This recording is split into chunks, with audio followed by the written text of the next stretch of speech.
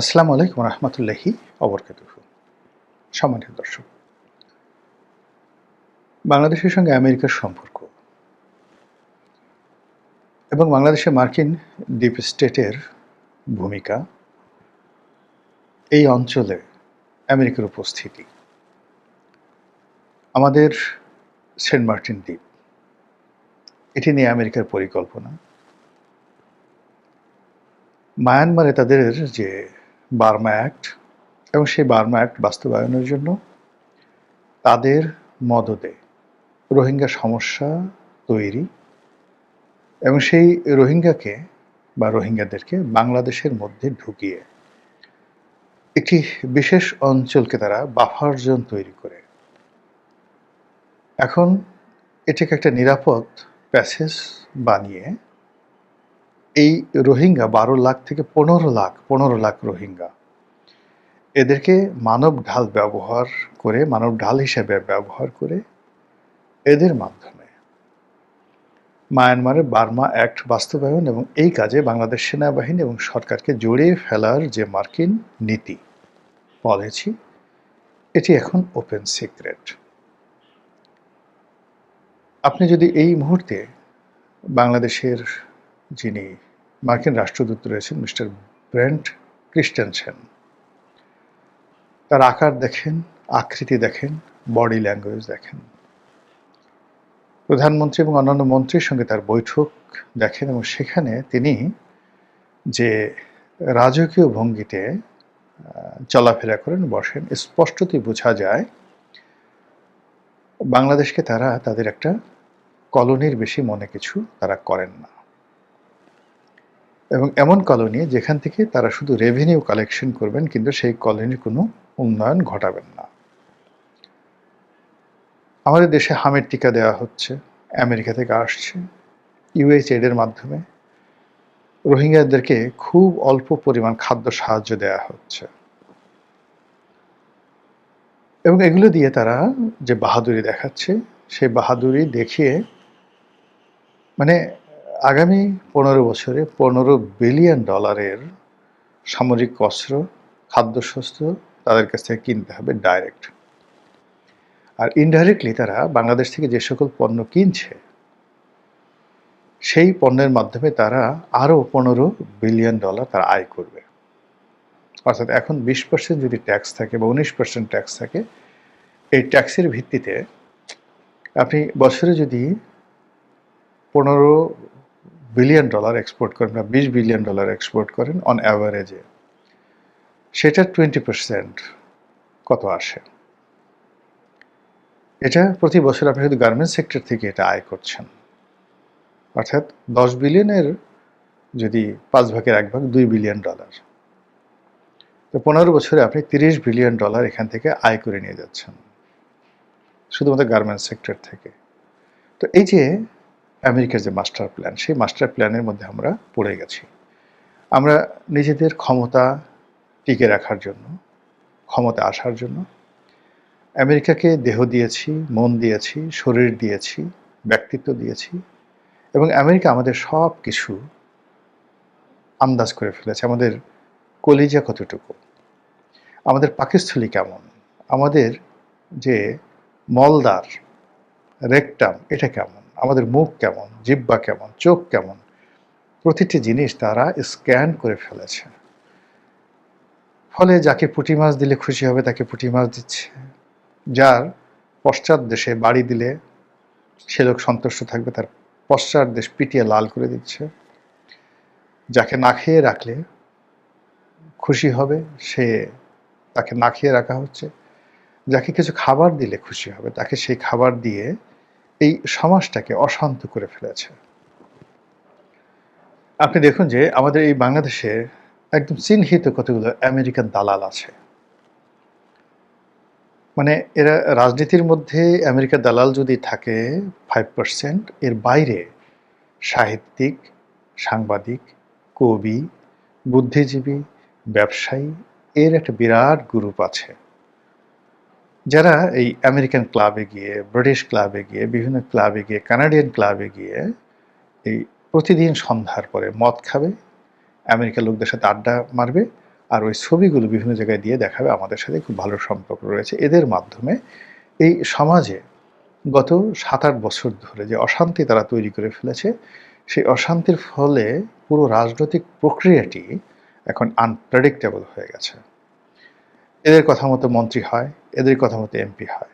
মানে এই যে দালাল তাবেদারের কথা মতো। তারা শুধু আমেরিকার ওই রাষ্ট্রদূতের কাছ থেকে একটা সিগনেচার নিয়ে আসে বা একটা সিগন্যাল নিয়ে আসে। এনে যখন রাজনৈতিক নেতাদেরকে বলা হয় একে মনোনয়ন দেওয়া যাবে না, আমেরিকার নিষেধ আছে। একে মনোনয়ন দিতে হবে, আমেরিকার অনুমতি আছে। এইভাবে একটা জগা খিচুড়ি রাজনৈতিক প্ল্যাটফর্ম তৈরি হয়ে গেছে আমাদের দেশে। এমনকি রাজনৈতিক দলের যে পদ পদবি, এটার ক্ষেত্রে আমেরিকা এখন গুরুত্বপূর্ণ ভূমিকা পালন করছে। এই হলো বাস্তবতা। তো যেটা বলছিলাম যে আমেরিকার কতগুলো পলিসি আছে। তাদের যে military policy, safety and security policy, এটি তারা সাধারণত পেন্টাগনের মাধ্যমে করে থাকে। এবং পেন্টাগন যে সবসময় নির্ভুল করে তা নয়, পেন্টাগনের অনেক কিছুই তারা যাকে বলে আবেগের বশবর্তী হয়ে ভুল তথ্যের ভিত্তিতে তারা অনেক সর্বনাশ নিজেদের করে এবং বিশ্বের করে। এই যে ইরানের যে যুদ্ধটা, অনাহূত একটা যুদ্ধ, এটা পেন্টাগনের একটা মাস্টার প্ল্যান। তারা এটা করলো। তারা ডোনাল্ড ট্রাম্পকে যেভাবে বুঝিয়ে তার পাগলামিকে উস্কে দিয়েছে, তার ফলে আজ দেখেন আমেরিকান জাতি গত ১০০ বছরে এতটা অপমানিত হয়নি যেটা ইরান দ্বারা এই মুহূর্তে হচ্ছে। এবং তাদের অর্থনীতি এমনি ক্ষতিগ্রস্ত ছিল, তারপরে আবার তারা নতুন করে এই যুদ্ধের মাধ্যমে ক্ষতিগ্রস্ত হলো। ফলে এই পেন্টাগনের একটা পার্ট থাকে। আর একটা পার্ট থাকে হোয়াইট হাউস, অর্থাৎ হোয়াইট হাউস যারা প্রেসিডেন্ট থাকে তাদের সঙ্গে।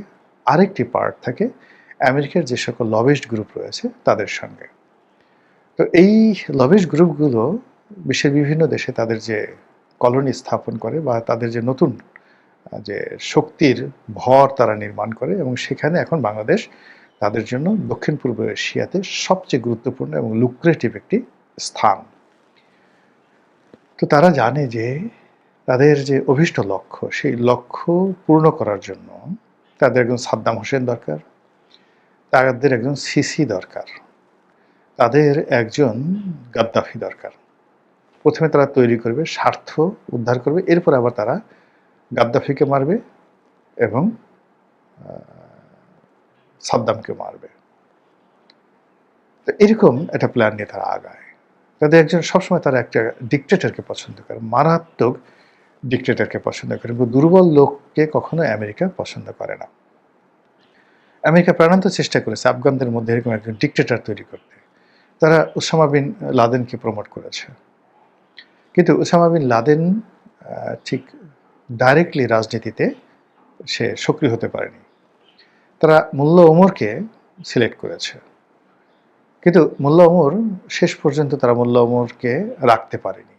মোল্লা ওমরকে রাখতে পারেনি এবং তারাই আবার মোল্লা ওমরকে ধ্বংস করেছে এবং তাদের সৃষ্টি ওসামা বিন লাদেনকে তারা সৃষ্টি করেছে। আবার এই যে আশরাফ থানি বা হামিদ কারজাই, এদেরকে তৈরি করেছে আমেরিকা থেকে উড়িয়ে এনে। ঠিক আমাদের খলিলুর রহমানরা, লুৎফে সিদ্দিকিরা বা অন্যান্য যারা এই ইনুর জমানাতে বিদেশ থেকে উড়ে এসে আমাদের দেশে জুড়ে বসেছিল, ওইরকমভাবে ঠিক আফগানিস্তানের রাজনীতিতে আশরাফ থানি বা আশরাফ ঘানি এবং হামিদ কারজাইরা এসেছিল। কিন্তু আমেরিকা তাদেরকে শক্ত হওয়ার জন্য যথেষ্ট এমন কোনো বিনিয়োগ নেই যে আফগানিস্তানে তারা করেনি, কিন্তু পারেনি। তো যার জন্য তারা ওই দুর্বল লোকের পিছনে আর দীর্ঘদিন থাকবে না, তাদের শক্ত সামর্থ্য লোক দরকার। এবং সেই অর্থে ডক্টর মোহাম্মদ ইউনূসকে তারা যেভাবে মনে করেছিল, পরে দেখা গেল এটা একটা আলু ভর্তা, এটা দিয়ে কাবাব বানানো যায়, এটা দিয়ে চপ বানানো যায়, এটা দিয়ে ভর্তা বানানো যায়, কিন্তু এটা দিয়ে আর যা হোক না কেন যুদ্ধ করা যায় না, আমেরিকার পারপাস সার্ভ করা যায় না। তারা খলিলুর রহমানকে পররাষ্ট্র উপদেষ্টা করে, যদি তারা সেই যে একটা যে করিডোর চেয়েছিল, সেফ করিডোর যেটা বাংলাদেশ সীমান্ত দিয়ে আমেরিকা যাবে, তারপর সেখান থেকে তারা মায়ানমার অপারেশন চালাবে এবং বাংলাদেশ সেনাবাহিনীকে যেভাবে তারা জড়াতে চেয়েছিল, সেই কাজটি ডক্টর মোহাম্মদ ইউনূস করতে পারেনি। দিস ইজ দ্য ফার্স্ট, মানে যাকে বলে অফেন্স। দ্বিতীয়ত হলো যে তারা চট্টগ্রাম বন্দর ডিপি ওয়ার্ল্ডকে যেভাবে তারা দিতে চেয়েছিল যত দ্রুত, সেটাও ডক্টর মোহাম্মদ ইউনূস বাস্তবায়ন করতে পারেননি। এর বাইরে অন্যান্য যে বিষয়গুলো ছিল, সেই বিষয়গুলোতে হয়নি। আরও অনেকগুলো গোপনীয় অনেক বিষয় ছিল। উল্টো পুরো দেশকে যেভাবে অস্থিতিশীল করে ফেলছে এবং বাংলাদেশে আমেরিকা যেভাবে অজনপ্রিয় হয়েছে, ফলে এই আপদ বিদায় করে তারা সেখানে বিকল্প ব্যবস্থা করেছে। এখন একটা নির্বাচন হয়েছে, সেই নির্বাচনে আমরা একটা বিরোধী দল দেখতে পাচ্ছি, একটা সরকারি দল দেখতে পাচ্ছি, এবং এটার পেছনে যে অনেক কিছু আছে, অনেক ডিজাইন আছে, অনেক গেম আছে, অনেক মিক্স অ্যান্ড রিমিক্স আছে, এগুলো সরকারি দলও বলছে, বিরোধী দলও বলছে। সময় হলে এগুলো আপনারা ডকুমেন্টারি এই জিনিসগুলো দেখতে পাবেন। তো যেটা বলছিলাম যে গত 2 মাসে সরকার আসছে, ডক্টর মোহাম্মদ ইউনূসের ক্ষেত্রে তারা 1.5 বছর অপেক্ষা করছে। এই সরকারের পেছনে তারা 3 মাস অপেক্ষা করবে না, জাস্ট 3 মাস অপেক্ষা করবে না। এবং এটার কিছু নজির আমরা দেখতে পাচ্ছি। এই যে সরকার যে ঘন ঘন চীন যাচ্ছে, বারবার যে চীনের রাষ্ট্রদূতের সঙ্গে এত দহরম মহরম সম্পর্ক তৈরি হচ্ছে, ইট মিনস আমেরিকা আর এই সরকারকে সে ব্ল্যাঙ্ক চেক দিচ্ছে না। এই যে ঘন ঘন আমাদের মন্ত্রীরা আমেরিকাতে যাচ্ছে, বিশ্বব্যাংক IMF এর কাছে যাচ্ছে বাজেটারি সাপোর্টের জন্য। এখানে মার্কিন পররাষ্ট্র দপ্তরে খুব দৌড়দৌড়ি করছে খলিলুর রহমান। এই সিগন্যালটা ভালো সিগন্যাল নয় সরকারের জন্য। তো বিকল্প কি হতে পারে? এখন এই সরকারের মধ্যে ধরেন আমু বা মামু, একজন সংসদ সদস্য বলেছেন যে এই সরকার আগের যেমন আমি ডামি ছিল, ঠিক এইরকম এখন একটা আমি এবং মামু, এদের সরকার, অর্থাৎ জামাত এবং বিএনপির সরকার। তারা শুধুমাত্র খুব সুকৌশলে একটা আর্টিফিশিয়াল ক্রাইসিস তৈরি করে, বিরোধ তৈরি করে পার্লামেন্ট জমিয়ে রাখার চেষ্টা করছে এবং সারা দেশের মানুষকে বুদ্ধ বানানোর চেষ্টা করছে।